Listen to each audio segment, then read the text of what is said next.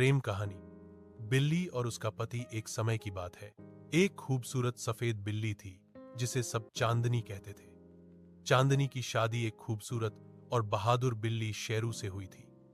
दोनों एक दूसरे से बेइंतहा प्यार करते थे। गांव के सब लोग उनकी मोहब्बत की मिसालें देते थे। चांदनी हमेशा शेरू के लिए दूध का प्याला बचा कर रखती और शेरू हमेशा उसके लिए सबसे मजेदार मछली ढूंढ कर लाता। एक दिन गांव में बहुत भयानक बारिश हुई।